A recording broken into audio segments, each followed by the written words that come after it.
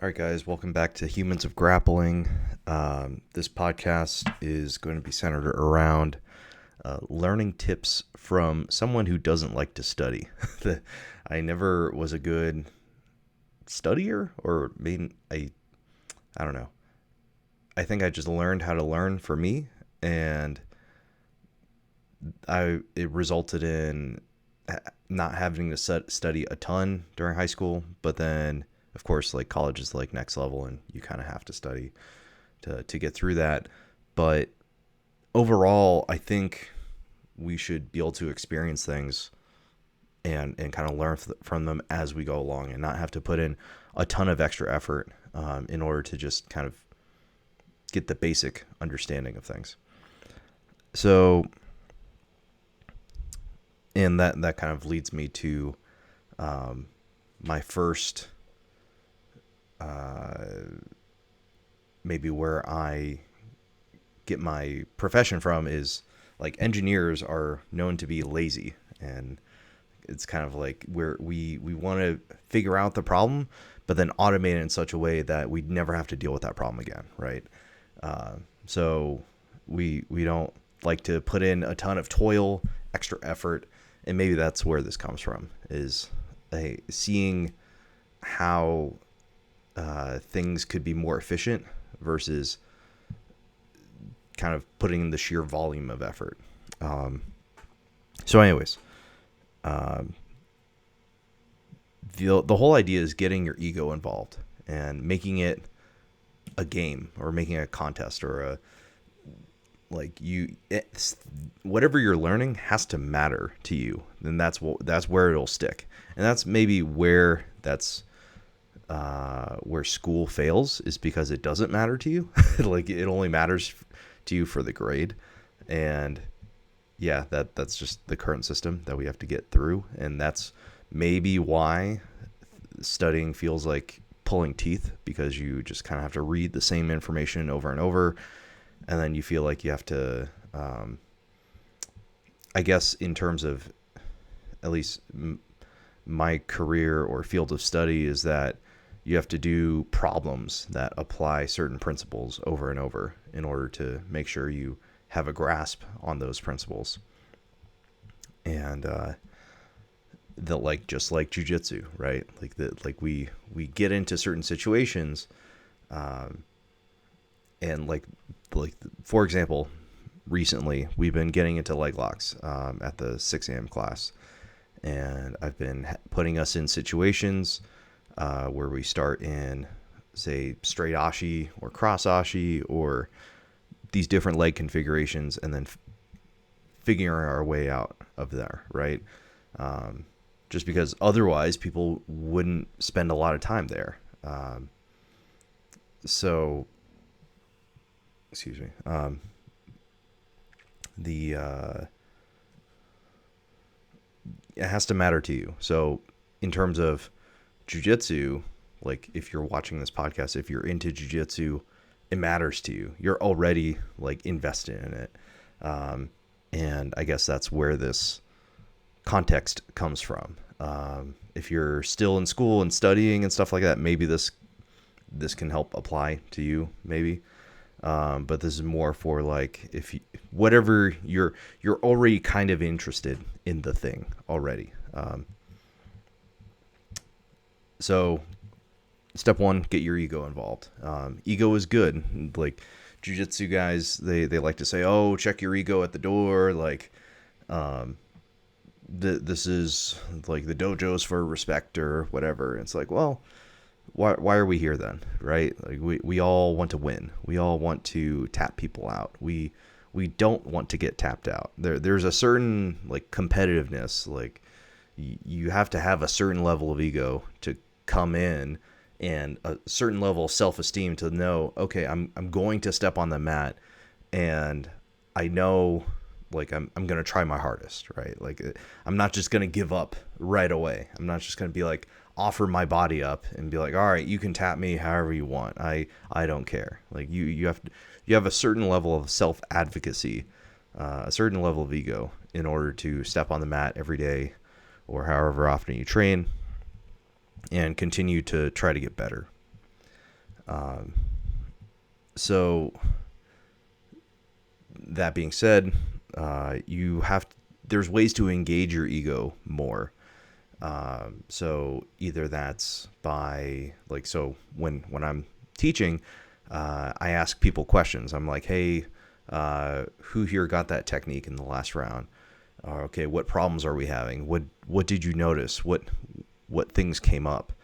And that kind of gets people thinking, gets people to reflect on the role, their previous game round, and they're like, oh, what did I notice? What problems did I see? And then sometimes people come up with certain things, and they raise their hand, and they're prepared to show their hand of show hey, this is I'm exposing myself, and they're allowing to have their ego involved, but they're at the same time weirdly checking it, right? Like they're saying, hey, I'm not good at this thing, help me out. And it's in front of the whole class. So that's a learning moment where they're like, hey, I have this specific problem, and maybe someone else might have a particular solution to that, or maybe the instructor can help out with that.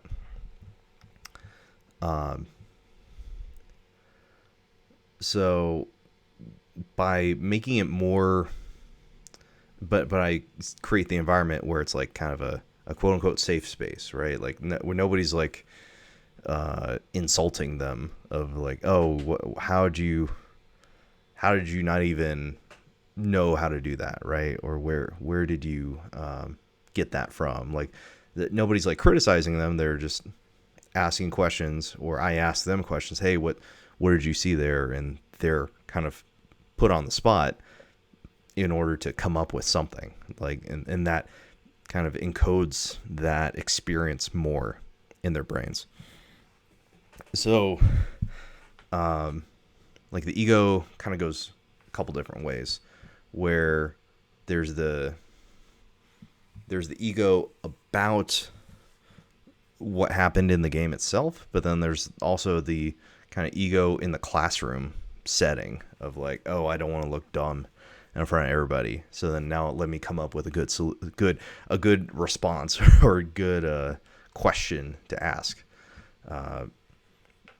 just so I don't look bad or whatever, right? These are all this inner critic that is always there for people, but I think, and maybe this is me, and maybe this is only how my brain works, but getting ourselves in this a little bit heightened state, we're in a sympathetic state, right? Versus sympathetic, parasympathetic. Parasympathetic is when you're falling asleep, when you're relaxing, when you're just doing nothing, right? You're sitting, you're meditating, you're not on your phone. When you're on your phone, you're sympathetic, and this is why society is all fucked up right now. It's because we're sympathetic all day, every day. We don't let ourselves even have a moment to even calm down. We're just always on to the next thing, doom scrolling, whatever. It's all go, go, go, go, go. And we never, it's supposed to be a wave. It's supposed to be an up and down, sympathetic, and then we come down to parasympathetic, right? And we just kind of ride the wave. It should be a nice up and down wave, but we kind of crank it up to sympathetic. We drink coffee, we whatever, we're stressed at work, we do sports, we work out, everything's go, go, go, go, go, and it's hard charging. Some of those things are good, but too much stress is if the body can't recover from that, then you're just kind of inflicting damage on yourself, right? Okay, so parasympathetic, sympathetic. So while we're in this sport context, we want to be more sympathetic, right? We're not trying to fall asleep on the mats, even though that sounds kind of, we may want to at 6 a.m. We just roll out of bed and we just barely get there. But we're trying to bring the energy level up, right? We're trying to make ourselves more alert. And that's why I start off with flow rolling and just kind of general movement, just to get the blood flowing, get people more awake. We're not trying to do anything in particular right away. We're just waking people up, getting them ready in order to think hard about things, about grappling. But then, yeah, we do our first game. And then I do a feedback time where it's like, all right, what did we learn from there? What did we figure out? And then the game itself is, there's objectives. It's a game. Like that's kind of the most important part of this. Like, may not the most important part, but the people think ecological is just games based, but while it is a major part, and like that is kind of the main way it is employed, there's more to it. There's more like science and stuff like that, but how it's implemented, at least how I'm doing it, is there's always attacker defender, right? There's always somebody who's a little bit on the attack and somebody who's a little bit on the defense, and usually defenders trying to leave, is trying to get out, attackers trying to continue to attack. And both have win conditions. Both are trying to do something. So this is how you stay engaged. This is how you get people to give a shit. And you say, okay, you win if you do X, and you lose if they do Y to you, right? Versus static drilling is like, oh, okay, they're gonna armbar you. Don't resist too hard, but also don't resist too lightly. Like, figure out this like happy, weird medium that nobody's really gonna give you in a live situation, right? So you have to, I don't know. I haven't done this for all aspects of jiu-jitsu yet, but it seems to be working pretty well, at least with leg locks. I try to drill as little as possible. Like, the only thing that we've drilled is probably like braking mechanics, and that's probably just because it's scary and people aren't used to that. It's a new thing, and it's not a thing that people are like. It's scary because everybody in there has a job, and we have to walk around, and we have obligations, and family and kids and whatnot, right? So we definitely, while we are practicing leg locks, I'm designing the games in such a way that it's not going to turn into shootouts. And that's kind of on your own. If you want to do that in a roll, fine. But I'm trying to get people to get into better positional situations, try to advance position, and get into more dominant positions. At least currently, as of May 2024, we'll see what we do, how people continue to, if they like this or not, or whatever. We'll see how I can apply this in the future to other positions and submissions and whatnot in jiu-jitsu. But okay, so yeah, that's the first part, is like getting your ego involved, and you're ramping up. You want to win. Everybody wants to win. Nobody wants to lose, right? No, like you have stakes. So then now there's stakes, and then there's rules. So your mind is like, the constraints that I put on you is like, okay, you have to just, the win condition is getting to this position. Like, any like submissions along the way don't count, or like they don't matter. The actual win right now is just to get to this position. Which is interesting, because now your brain is more engaged, because like, oh, this isn't like the normal game. This is almost a new game. We're playing with the same equipment, the same bodies, right? But Now this is a new flavor of a game. It's like all the different kinds of poker, right? Or different kinds of blackjack or whatever table games that you like. They're all kind of the same, but we seek novelty, right? So if it's a new thing, a new situation that we're not used to, that our brains automatically pay more attention to that anyway, right? So we play the game. It matters to us. Our brain starts to game the rules, right?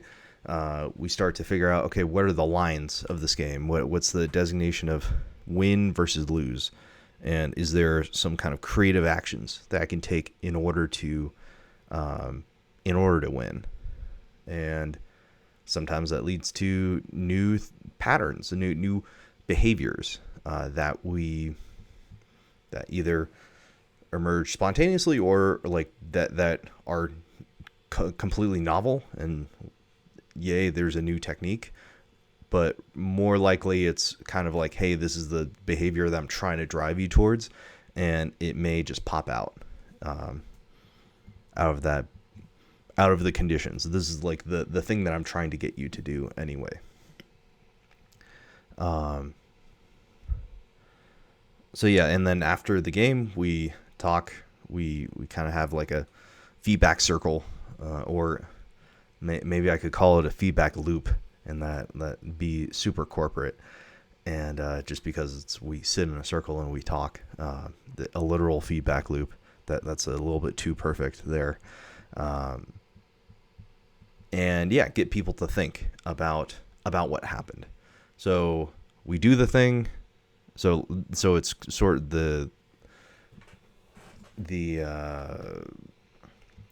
kind of an adage in terms of public speaking that I learned in college is that you tell them what you're going to tell them, you tell them, and then you tell them what you told them, right? You go over the same thing like multiple times in order for things to sink in, or in order for the content to sink in. So I tell them what I'm going to tell them, right? I tell them, hey, these are the rules of the game. And then we do the game. We figure things out. We actually get real life feedback with a partner who is not cooperating with us. And then we tell them what we told them, or like we kind of circle up and we're like, okay, what happened? What is the thing? What are the main takeaways here? And I try to ask different questions to get maybe different responses. And I just kind of start off with a poll of like, all right, who did the thing, who accomplished the goal, and who didn't, or may not who didn't, but like, okay, what problems, if you didn't do it, what problems did you have? Or the whole agile, like, okay, what went well, or like what you call it, agile retrospective, like, okay, what went well, what didn't go well, like stop, start, continue. These different kind of frameworks that we use in the corporate sphere. I'm trying to sprinkle these into jogging people's thoughts around figuring out what the fuck happened, and like express, if it at least gets them to start to think about it, that's a win. Because if we just did kind of the games the whole time, I don't think it sinks in as well as talking about it and reflecting on what happened. Because if we just do the thing, then I think the most valuable habit that I've done over the years I've done jiu-jitsu is like after every roll, I like point out just something interesting about the roll, and that kind of cements that novel or different problem or whatever. I'm like, oh, hey, yeah, that was a nice Kimura, or that was an interesting, that was good pressure, or you were really tight, like you we're keeping our elbows tight or whatever. So that's good. Particularly, I guess, now that I'm an upper belt and I'm like helping people more, I'm like, hey, yeah, that was good. Do more of that. Or, hey, you got stuck there. This is how you get out of it or whatever. But when I was coming up, I asked questions. I was like, hey, how did you get me with that thing? How did you, what was that? And the people who get you with the thing are happy to show you. They'll do it for free. They'll tell you all their secrets. So I think you learn most of your jiu-jitsu from your training partners. And I'm trying to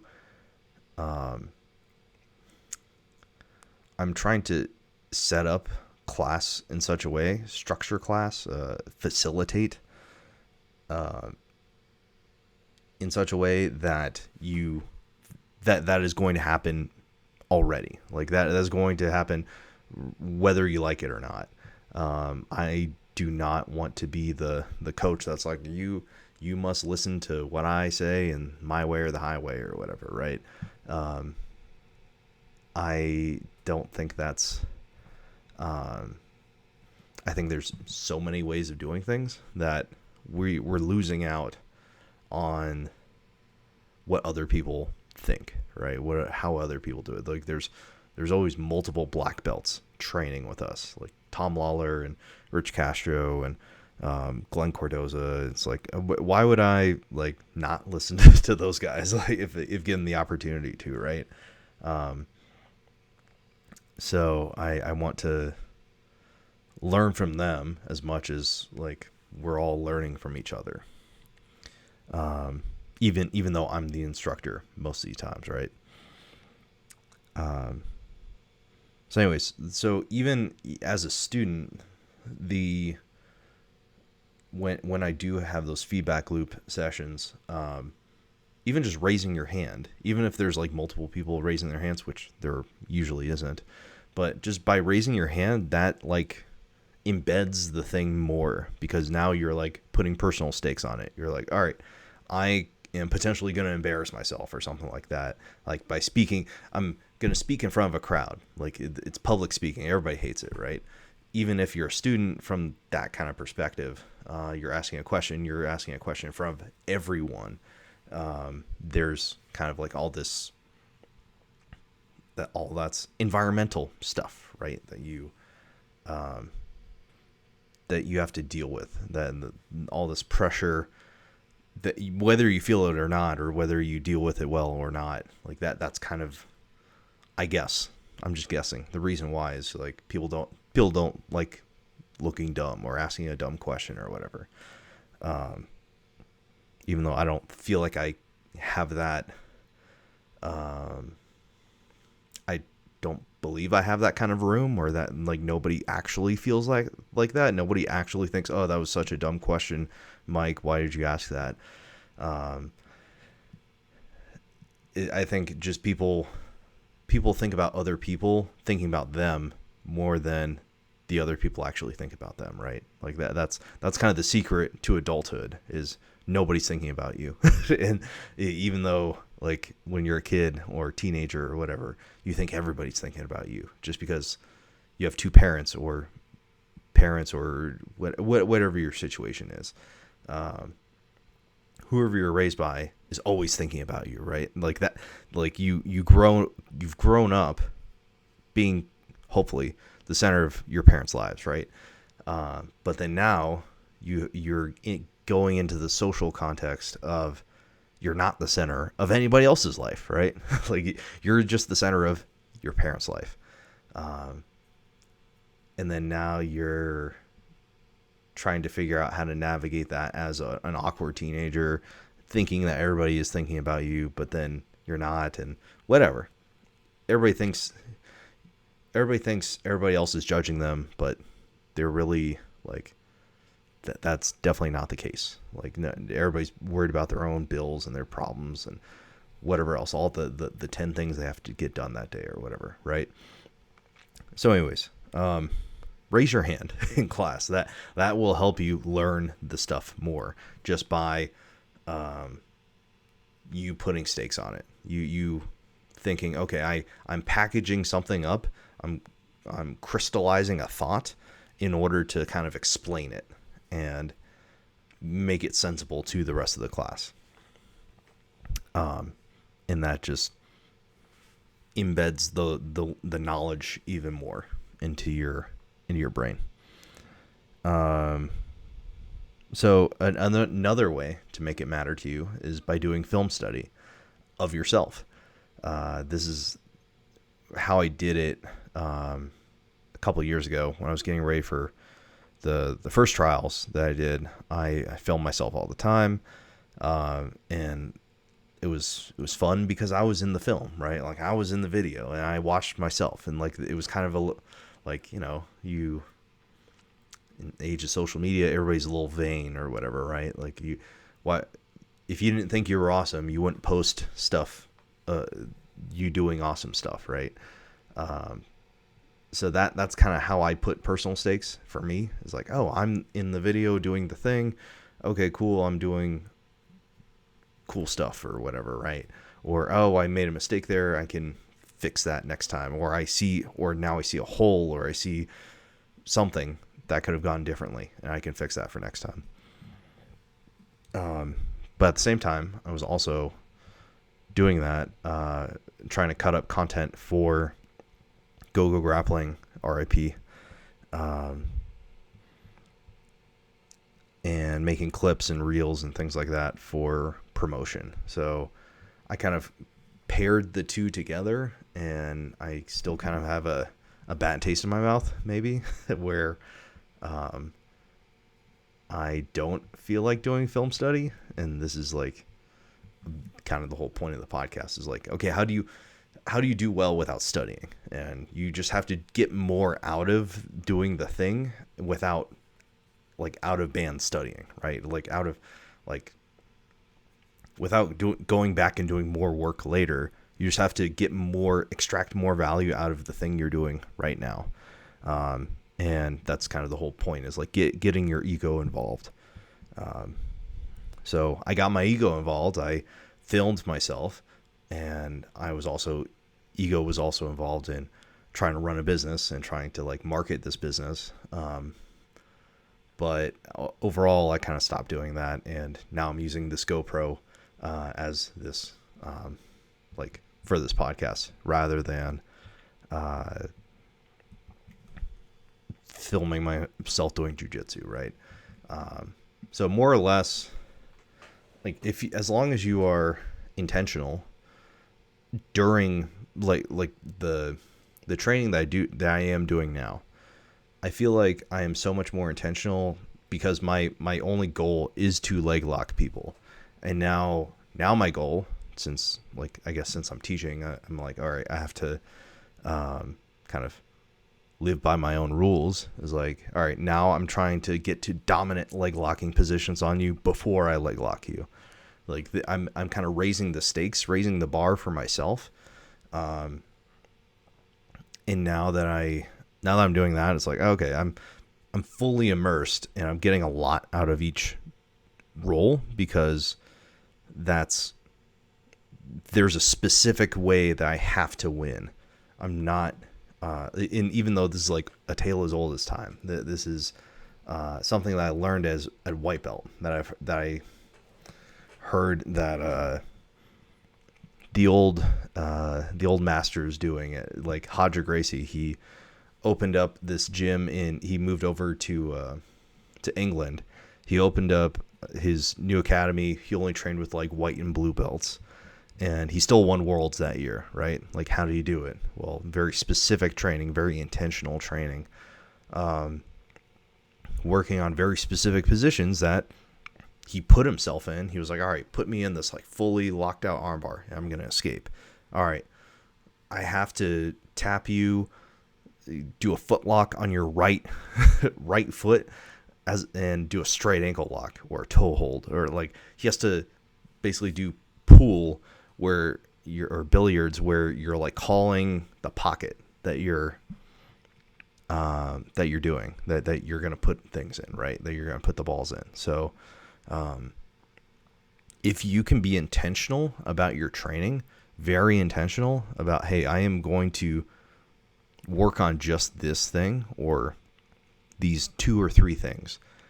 If I'm in these given situations, that's what I'm working on. That's what I'm going to go to. I'm not going to do my A game shit. I'm not going to get wrapped up in like actually like trying to win the round or whatever, right? If you are working on your weaknesses or working on things that you are intentionally working on and not just trying to win, you are going to get so much more out of training that way. You're now viewing training as a learning opportunity rather than a competitive, like you're just winning the round. You're just trying to win, right? Versus you're training to learn. You're trying to get the most out of each experience, even if you get tapped. Like I've gotten tapped. Most recently, my friend Scott Groves, it's like the highlight of his life, he says, is that he tapped me after 2 years of training with me or whatever, right? He got a straight ankle lock, and like I almost tapped to him straightening it out, but his back was on the mat, so I was like, all right, maybe I can gut this one out. But then he turned to his side and then fully extended his hips and whatnot. I was like, okay, this is a real tap. Like I have to tap, or he has the power to break my foot. So, so as an upper belt or lower belt or whoever, you just have to know that you're gonna lose. Like if you're working on things that you're not good at, you are going to lose, and that's okay. You're learning. That's the whole point. You're training for development. You're not training just to win practice that day, right? Or at least I hope you are. So, anyways, this is, I don't know, some tips for somebody who doesn't like spending a lot of time outside of class on, I don't really watch instructionals. I'm terrible at watching instructionals. I barely watch Instagram jiu-jitsu. I don't like do my own film study or whatever. Like I don't read, like I read like ecological stuff now, but like I've got some jiu-jitsu books that I had a while back. I have all kinds of like material, but I don't really like to study because that's not doing the thing itself, right? That's not the fun part. So to get the 80-20, if we're going to 80-20 jiu-jitsu, we need to figure out how to get the most out of our training, like the 1 to 2 hours a day that we train, get the 80% out of that, and then add in whatever extra things on top, sprinkle with another session, or you lift weights. Like I've been lifting weights before jiu-jitsu. That's kind of like my balancing. It's like, all right, I'm gonna lift a little bit before jiu-jitsu, and then go to train, and then come home, and then the rest of the day I'm working, or I'm doing this podcast or whatever, right? Like I'm doing other stuff. Like my whole day is not jiu-jitsu. So I'm trying to maximize what I'm doing while I'm doing it. I'm trying to get the most out of it. Squeeze. What is the juice worth the squeeze, right? So anyways, I'm trying to make things more efficient, even if it's, this is not the way to be the best, right? This is like, to be very clear, I'm not the best engineer. I'm not the best at jiu-jitsu. I'm not the best, probably not the best at any particular thing, right, that I do. But I think I'm okay. I'm pretty decent at everything. So find ways to be more efficient, and there's by figuring out how to squeeze more juice out of all of our different parts of our lives, we get more out of it, right? We have more fun. We have better memories and better experiences and stuff, right? Cool. Alrighty. So let's I need to like promote this, I guess. So please leave a review on whatever form, wherever you're listening to this to, or watching this on Spotify, Apple Podcasts, YouTube, whatever. Leave a comment or leave a 5 stars or thumbs up or whatever platform this is on. Please give me a rating and bump me in the algorithms if you want to continue hearing from me. All right, cool. See you guys later.